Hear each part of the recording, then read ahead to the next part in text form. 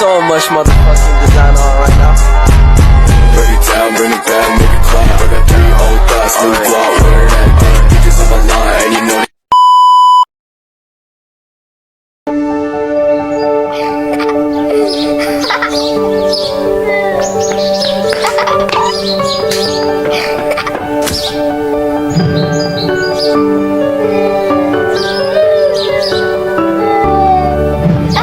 Saya Joko Widodo. Ini adalah kisah masa muda saya sewaktu memulai perjalanan hidup. Ini saya waktu kecil. Saya berasal dari kota Solo, Jawa Tengah. Saya anak sulung dari 4 bersaudara. 3 adik saya semuanya perempuan. Saya berasal dari keluarga biasa. Kami berulang kali pindah rumah kontrakan, rumah sederhana yang mampu dibayar Bapak untuk tempat tinggal kami sekeluarga.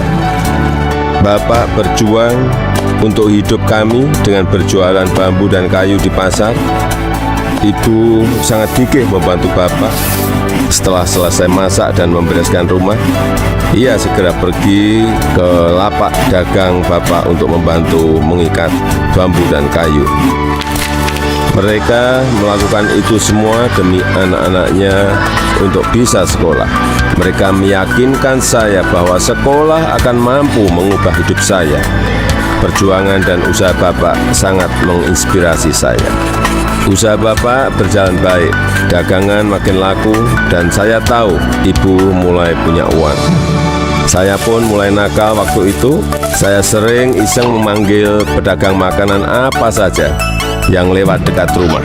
Tukang siomay, tukang bakso, tukang jajanan pasar. Ibu pun terpaksa membayar apapun yang saya pesan. Suatu kali saya asal manggil saja, ada tukang lewat di depan rumah.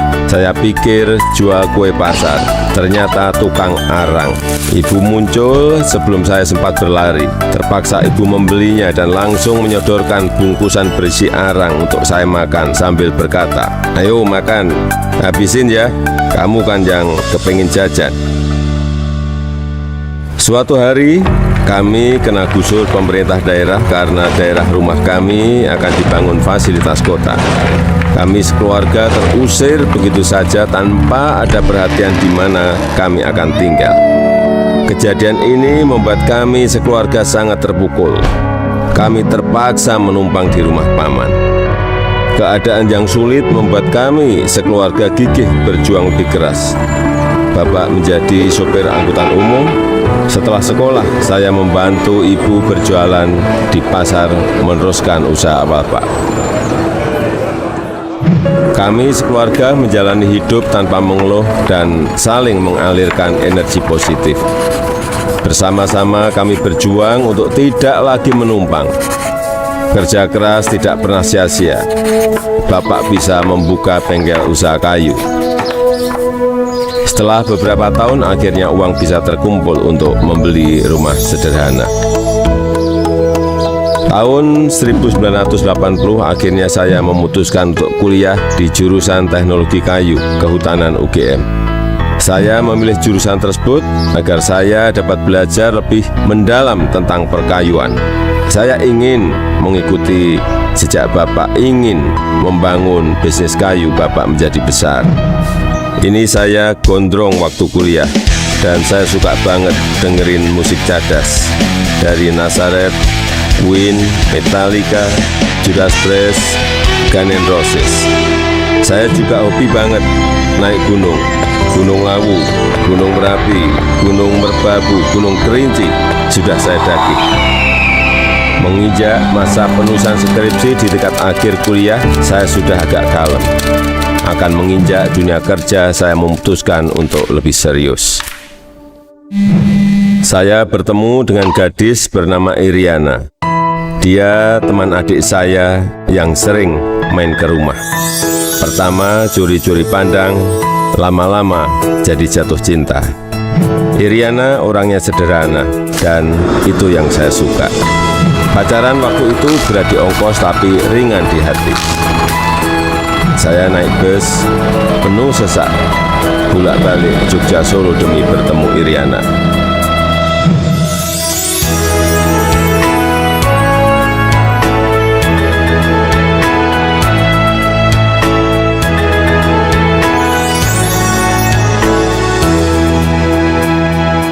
Lulus kuliah tahun 1985, saya melamar ke sebuah perusahaan kertas di Aceh. Setelah diterima, saya baru tahu akan ditempatkan di hutan rimba. Pekerjaan saya adalah mempersiapkan persemaian pinus untuk kemudian ditanam di lapangan di hutan-hutan yang gundul. Beberapa bulan setelah itu, saya kembali ke Solo untuk menikahi Iriana dan menyiapkan keberangkatan kami ke Aceh. Masa awal pernikahan kami berada di dalam hutan rimba selama 2,5 tahun. Pada tahun kedua, Iriana sudah dalam kondisi hamil dan kita memutuskan untuk melahirkan anak pertama kami di Solo. Kembali ke Solo, mulai ikut paman bekerja di pabrik mebel untuk mencari pengalaman. Di sini saya belajar banyak tentang bagaimana menjadi pengusaha yang baik. Semua posisi pernah saya lakoni, di produksi, di pemasaran, semuanya pernah saya alami. Tahun 1987, anak pertama saya lahir, Gibran Raka Buming. Gibran itu singkatan dari gigih dan berani. Saya ingin putra pertama saya punya semangat hidup seperti namanya. Lahirnya Gibran juga memicu saya untuk mendirikan perusahaan pertama saya yang bergerak di bisnis mebel dengan nama CV Raka Buming.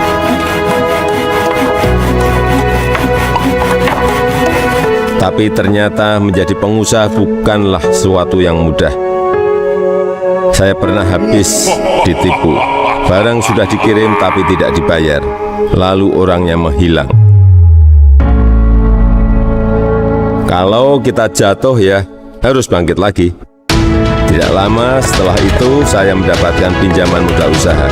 Dengan semangat untuk bangkit dan berkembang, saya bergerak cepat untuk mencari pesanan sampai luar negeri dengan cara ikut pameran-pameran mebel. Hasil usaha saya mulai terlihat, kantor tidak pernah sepi dari kunjungan pembeli. Di sini saya bertemu dengan pembeli dari Perancis bernama Bernard Jan. Dia yang memberi sebutan Jokowi untuk saya, untuk membedakan Joko Widodo dengan Joko-Joko lainnya yang banyak beliau kenal. Sejak saat itu, orang-orang lingkungan pengusaha mebel mulai memanggil saya Jokowi.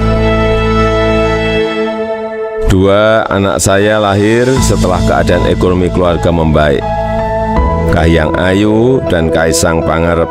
Saya ingin anak-anak saya mengenal sekolah kehidupan yang dilandasi perjuangan untuk mandiri, supaya mereka semua mampu membangun kehidupan yang kukuh. Keluarga adalah sumber kekuatan terbesar bagi saya. Saya yakin yang saya alami waktu muda sedang kalian alami sekarang.